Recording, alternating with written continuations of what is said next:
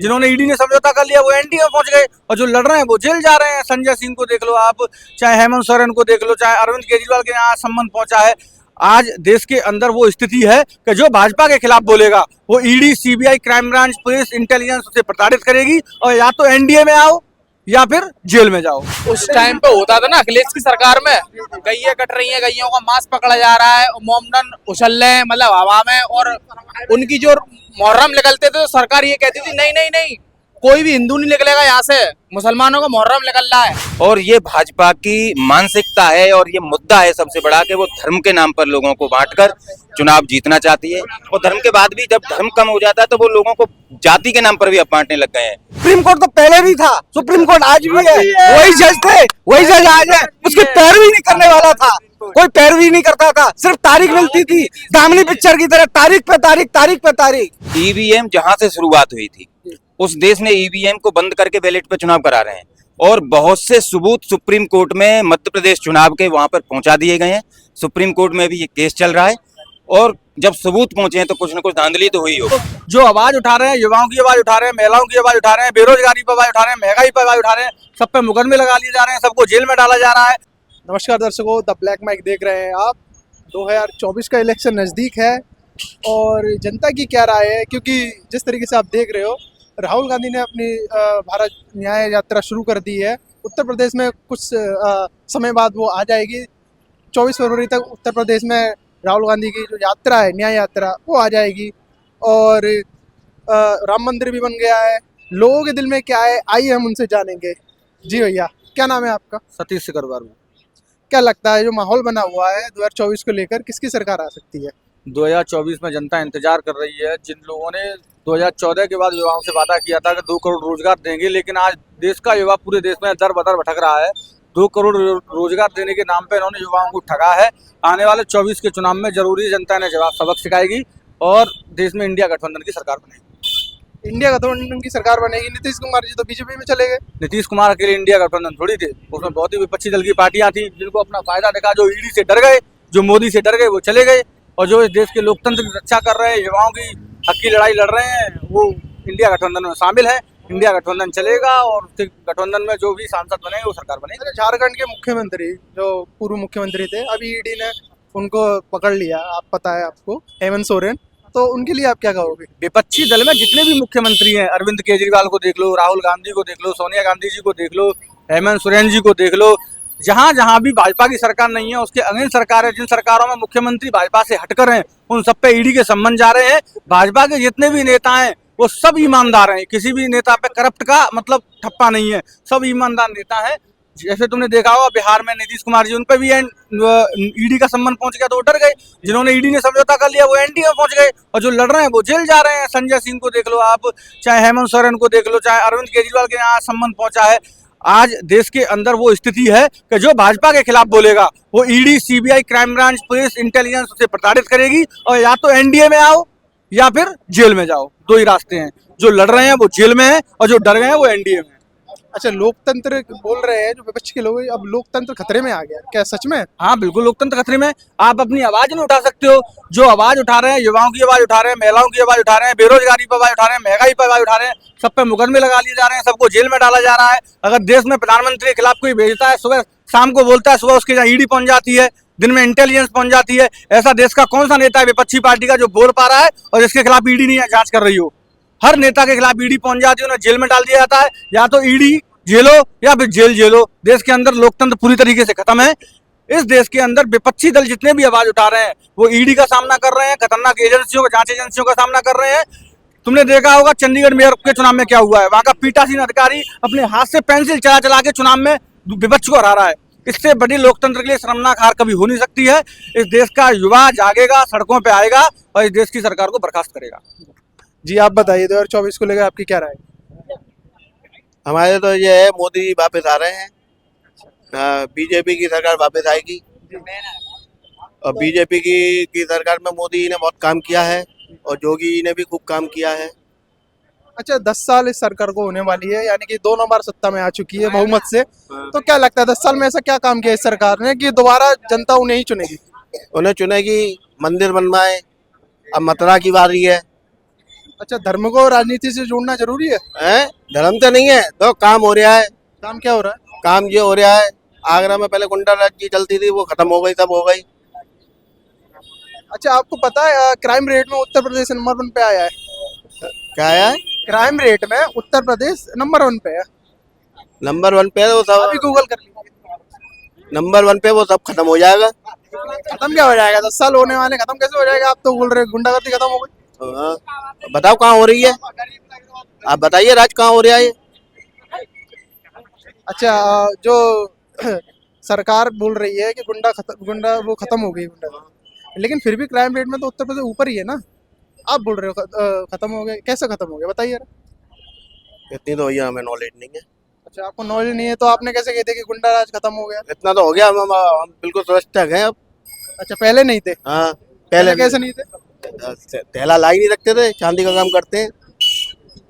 हाँ। अच्छा, ये क्या उत्तर प्रदेश में गुंडा राज खत्म हो गया? देखिए ये तो सब कहने की बातें हैं। आप सारी चीजें आप देखिए कि किस तरीके से क्राइम बढ़ रहा है। हर तरीके का गुंडागर्दी यहाँ पर बढ़ी हुई है, क्राइम रेट बढ़ी हुई है। ये हम नहीं कह रहे हैं, ये सरकारी आंकड़े बता रहे हैं। सरकारी आंकड़े बता रहे हैं कि क्राइम रेट कम नहीं, क्राइम रेट बढ़ा हुआ है। अब ये किस तरीके से उस चीज को पेश कर रहे हैं, आम जनता में पहुंचा रहे हैं, जैसे इनकी जुमलेबाजी हर चीज की कहती है ना, उसी चीज को ये आम जनता में फैला रहे हैं कि क्राइम रेट कम हुआ है, गुंडाराज कम हुआ है। लेकिन इन्हीं के आंकड़े बताते हैं कि गुंडाराज बढ़ा हुआ है सरकार उत्तर प्रदेश में और पूरे देश में। अच्छा, लोगों से जब पूछा जाता है कि सरकार ने क्या काम किए हैं तो वो राम मंदिर का हवाला देते हैं ज्यादातर। तो क्या लगता है राम मंदिर में मुद्दा हुआ है 2024 को लेकर, ये सरकार राम मंदिर में वोट ले पाएगी? देखिए ये भाजपा का शुरुआत से मुद्दा रहा है कि ये धर्म के नाम पर लोगों को बांटती है, समाज को बांटती है। तो ये मुद्दा तो रहा है, हम इस चीज का बड़ा स्वागत करते हैं। राम मंदिर बना हुआ है, सुप्रीम कोर्ट के आदेश के बाद राम मंदिर बना हुआ है और सब लोग इसका स्वागत करते हैं। और ये भाजपा की मानसिकता है और ये मुद्दा है सबसे बड़ा कि वो धर्म के नाम पर लोगों को बांटकर चुनाव जीतना चाहती है। और धर्म के बाद भी जब धर्म कम हो जाता है तो वो लोगों को जाति के नाम पर भी अब बांटने लग गए हैं। हर तरीके से ये जाति और धर्म के नाम पर चुनाव को जीतना चाहते हैं। इनसे विकास का नाम पूछ लीजिए, विकास कहाँ हो रहा है, किस जगह पर ये शिक्षा दे रहे हैं अच्छी, किस जगह पर ये क्या बजट में दे रहे हैं आम जनता को। डीजल, पेट्रोल, गैस, रसोई गैस कितनी सस्ती थी अब कितनी महंगी है, इन चीजों पे इनके पास कोई जवाब नहीं है। आज देश में सबसे ज्यादा नौकरी हम लोगों को रेलवे में मिलती थी, वो प्राइवेट कर दी। दूसरी बात, हमारा एक जज्बा होता था देश के लिए लड़ने का, सेना का, वो भी इन्होंने 4 साल के लिए प्राइवेट कर दिया, अग्निवीर नाम देके। उसमें भी आज गांव देहात में जाइए, लोग अब तैयारियां भी नहीं कर रहे हैं। उन्हें पता है कि हम 23 साल की उम्र में रिटायर होके आ जाएंगे। तो सारा देश इन्होंने अपने उद्योगपति दोस्तों के लिए, मित्रों के लिए ये बेचने पे लगे हुए हैं, प्राइवेट करने पे लगे हुए हैं। एक आम किसान का बच्चा क्या प्राइवेट कॉलेज में पढ़ने के लायक वो रहेगा? क्या वो फीस दे पाएगा जो फीस आईआईटी और आईआईएम की होती थी? वो 10 गुना बढ़ा दी इन्होंने। 2 लाख रुपए इंजीनियरिंग की आईआईटी में होती, वो 17 लाख कर दी। तो सारी चीजें इन्होंने प्राइवेट कर दी हैं अपने खास कुछ 2-4 मित्रों को फायदा देने के लिए। ये देश को पूरा बर्बाद कर रहे हैं। और ये अब जरूरी नहीं, इनके जुमलेबाजी अब आम जनता, आम युवा को पता चल गई है। अब इनके बाद झूठे वादों और जुमलों में फंसने वाले युवा नहीं है। अच्छा, कुछ संगठन ईवीएम का विरोध कर रहे हैं। दिल्ली में कई प्रदर्शन चल रहे हैं ईवीएम को लेकर, सुप्रीम कोर्ट के वकील प्रदर्शन कर रहे हैं। आम जनता की राय क्या है इसमें? देखिए ईवीएम जहां से शुरुआत हुई थी उस देश ने ईवीएम को बंद करके बैलेट पे चुनाव करा रहे हैं। और बहुत से सबूत सुप्रीम कोर्ट में मध्य प्रदेश चुनाव के वहां पर पहुंचा दिए गए हैं।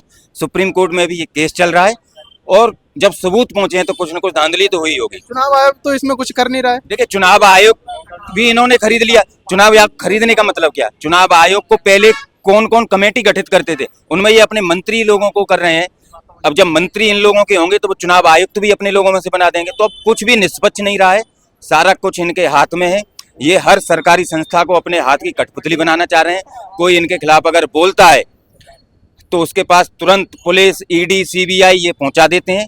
और 2 ही चीजें, अगर उनसे डर के कोई राजनीति कर रहा है, इनके खिलाफ बोल रहा है और इनके पास पहुंच गया, वो डर गया तो वो उनकी पार्टी में चला जाए, नहीं तो दूसरा स्थान जेल होता है।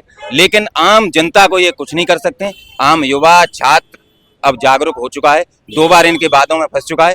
अब आगे आने वाले चुनाव में इनको सबक सिखाने का काम युवा करेगा। अच्छा, युवा जब नौकरी मांगते हैं तो उन पे लाठीचार्ज की जाती है। ये मैं बता तो रहा हूँ, ये चाहते हैं कि देश का युवा पढ़े ही नहीं, ये देश के युवा को पढ़ने नहीं देंगे।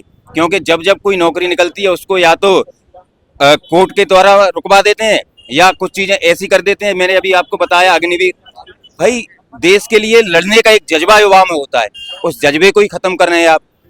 किस तरीके से देश के लिए लोग जागरूक होंगे? तो रोजगार के नाम पे, विकास के नाम पे बिल्कुल जीरो साबित है। और झूठे झूठे वादे करके इन्होंने जो कहे वो चीजें बहुत देख ली इनकी पिछले 9 सालों में। और जनता, आम युवा और छात्र अब जागरूक हो जाए, इनको सबक सिखाने का काम करेगा। राहुल गांधी की न्याय यात्रा चल रही है, आम जनता की इसमें क्या राय है? आम जनता का सैलाब उनमें आपको दिख रहा है। अच्छा, न्याय यात्रा निकालने की क्या जरूरत पड़ी? देखिए, न्याय यात्रा निकालने का ये जरूरत पड़ी कि आज 1 साल से ज्यादा हो गया हमारा प्रदेश मणिपुर बुरी तरीके से जल रहा है, लेकिन देश के प्रधानमंत्री को मणिपुर का म भी अभी तक 1 साल में से नहीं लगा। एक दिन जरूर उन्होंने मणिपुर का नाम लिया था। मणिपुर के मुख्यमंत्री को जन्मदिन की शुभकामनाएं देने के लिए उनका 1 साल के अंदर मणिपुर का नाम।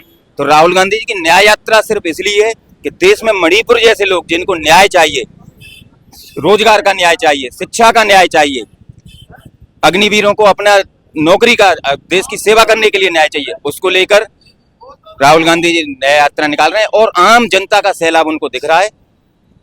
चलिए, बहुत बहुत धन्यवाद जी। बताइए 2024 को लेके आप अपनी राय। मोदी है तो मुमकिन है, क्या मुमकिन है? सब कुछ मुमकिन है, सब कुछ मुमकिन है। वो बंदा जो बोलता है वो करके दिखाता है, जुमलेबाजी नहीं है कि इधर से आलू डालो उधर से सोना निकलेगा, उसकी तरह नहीं है वो। इधर आ जाओ, थोड़ा साइड में आ जाओ, इधर आ जाओ। हाँ, जुमलेबाज नहीं है। 15 लाख की कुछ बात बोली थी उन्होंने। वो कहता कुछ है करता कुछ है, उसे यही नहीं पता कि मैं करता हूँ क्या, बोलता हूँ क्या, उसे खुद नहीं पता तो वो देश को क्या संभालेगा? कौन? वो राहुल गांधी। क्या नहीं कहता है? पप्पू। पप्पू क्यों कह रहे हो? हाँ, पप्पू है वो, उसको खुद नहीं पता। अच्छा, ऐसा एक वो ये बोलता, वो ये भी बोलते हैं कि राहुल गांधी तो मर गया, वो अपने आप को ही मरा हुआ साबित करते हैं, वो देश को क्या जिंदा करेंगे? अच्छा, ऐसा बोलते हैं। हाँ। इलेक्शन में तो मतलब कि ऐसा क्या किया नरेंद्र मोदी जी ने जो आप उनको वोट दो? नरेंद्र मोदी जिस दिन से देश की सत्ता में आए उन्होंने देश के लिए अच्छे से अच्छा किया। धारा 370 हटाई जो आज तक नहीं किया, राम मंदिर बनाया जो आज तक ये पार्टियां अपनी राजनीति की रोटियां सेकते रहे, आज तक इन्होंने कुछ नहीं किया। ये जो है आज तक, ये सिर्फ आज तक जो है सत्ता पक्ष के लोग जितने भी होते थे सिर्फ अपनी राजनीतिक रोटियां सेकते थे, इसके अलावा इनको कोई काम नहीं था, सिर्फ हिंदू मुसलमानों को लड़ाने के अलावा। अच्छा, ठीक है। 370 और राम मंदिर से आपके जीवन में क्या बदलाव आया? राम मंदिर पर मैं अयोध्या में जाके देखो, लाखों लोगों को रोजगार मिला। आपके जीवन में क्या बदलाव? हमारी आस्था का विषय है। हम सुबह जब उठते हैं तो मर के जाते हैं 4 लोगों के कंधे पे, फिर भी कहते हैं राम नाम सत्य है। जो राम है, जिसके हम वंशज हैं, जिनके हम, जो हमारे पूज्य नहीं है, हम उनको इन झुठलाते जा रहे हैं। 500 साल से वो टेंट में पड़े हुए थे, तब तो इन लोगों को याद नहीं आई। तो सुप्रीम कोर्ट के आदेश से हुआ है ना राम मंदिर? सुप्रीम कोर्ट तो पहले भी था, सुप्रीम कोर्ट आज भी है, वही जज थे, वही जज आज है। उसकी पैरवी नहीं करने वाला था, कोई पैरवी नहीं करता था, सिर्फ तारीख मिलती थी, दामनी पिक्चर की तरह तारीख पे तारीख वही चलती आ रही है। अच्छा, और क्या किया आम जनता के लिए? क्या किया आम जनता के लिए? बहुत कुछ किया। इंफ्रास्ट्रक्चर में, प्राइवेट सेक्टरों में आप देखिए इतने रोजगार मिल रहे हैं और इतना डेवलपमेंट हो रहा है। पहले लाइटें चली जाती थी तो 4-4 दिन तक खंबे उजड़ जाते थे, खंबे नहीं लगते थे, 10 मिनट में लाइट। 80 करोड़ लोगों को देश, जब लॉकडाउन हुआ 80 करोड़ लोगों को घर बैठे राशन देने का काम मोदी जी ने किया है। ये राशन घोटाले करते थे, चारा घोटाला करते थे, इतने घोटाले किए इन्होंने। कोयला घोटाला, कोल ब्लॉक आवंटन घोटाला, इनके घोटालों की लिस्ट देखोगे तो ये साले खड़े नहीं हो पाएंगे। अच्छा, मतलब आपका कहना ये है कि सरकार द्वारा पहले कुछ भी नहीं होता था, अब सारे काम अच्छे होते हैं। इनकी रोडें बन जाती थी तो वो 15 दिन में, बारिश के समय में उधड़ के हाथ में आ जाती थी। अब जो रोडें बनती हैं वो बहुत तरीके से बनती हैं, और क्या बताएं आपको हम। अच्छा, सरकारी जो भी योजना निकलती है उनमें से आपको लाभ मिला है? सरकारी जो योजना निकलती है उनमें लाभ मिला? बहुत है। आयुष्मान योजना, मेरे पिताजी अभी जो है कैंसर से पीड़ित थे, प्रधानमंत्री आयुष्मान योजना के तहत कितना फायदा लेगा? मैंने 15 लाख तक का फायदा लिया उनसे। अच्छा, 15 लाख का फायदा? कहाँ?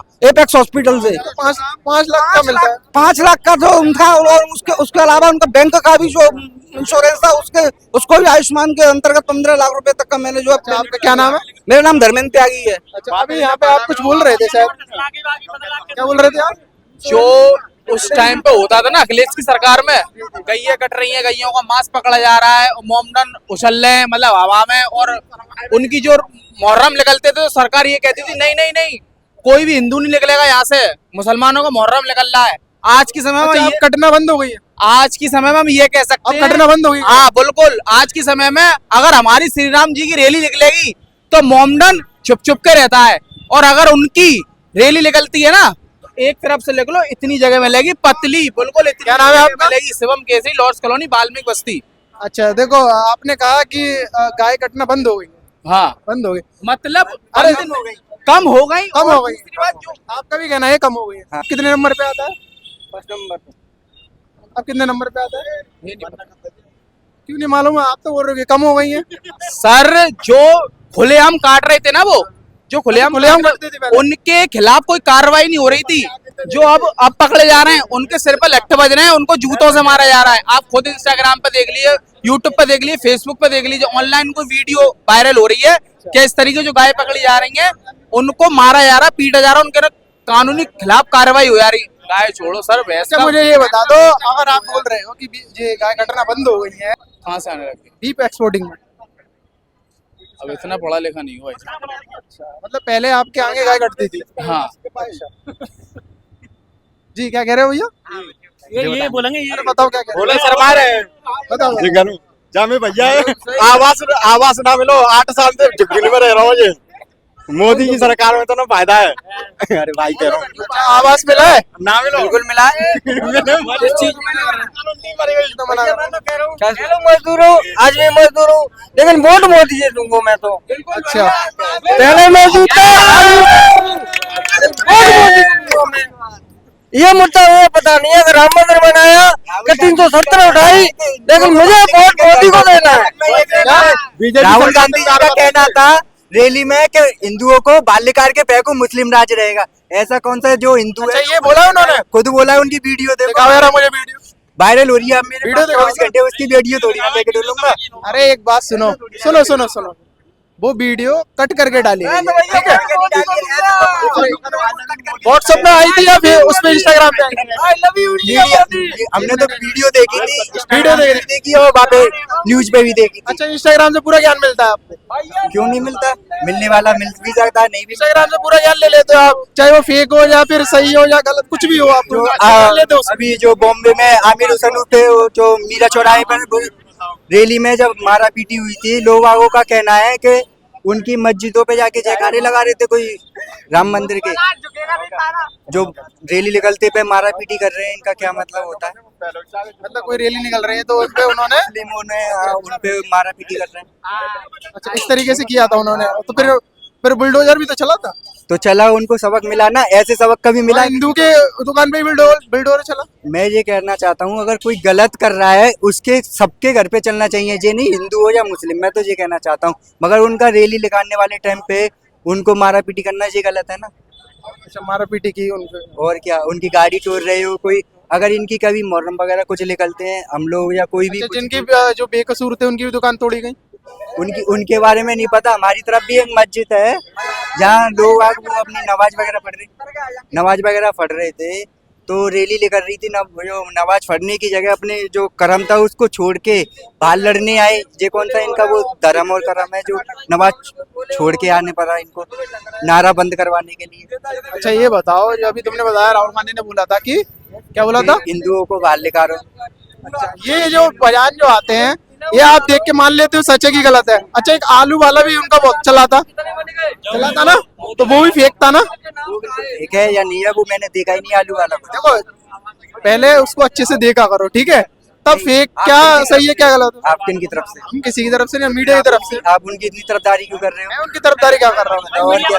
मैं तो सच बता रहा हूँ ना आपको, नहीं, वो आप गलत जो बोल हमने रहे हो। देखा है मीडिया, वही तो हम बोलेंगे। अब आप क्या कट मीडिया पे देखा था, न्यूज चैनल पे देखा था। न्यूज चैनल पे भी देखा था, मुझे पता नहीं। झूठ बोल रहे हो, अभी तो आप बोल रहे इंस्टाग्राम पे देखा था। इंस्टाग्राम न्यूज चैनल दोनों देखा था मैंने। इंस्टाग्राम और न्यूज Facebook चैनल पे कौन भी से न्यूज चैनल पे देखा था? हाँ, शायद मुझे ध्यान नहीं है, देखा था बस। पता नहीं है तो क्यों बोल रहे हो यार? मैंने जो बोलना था। चलो ठीक है।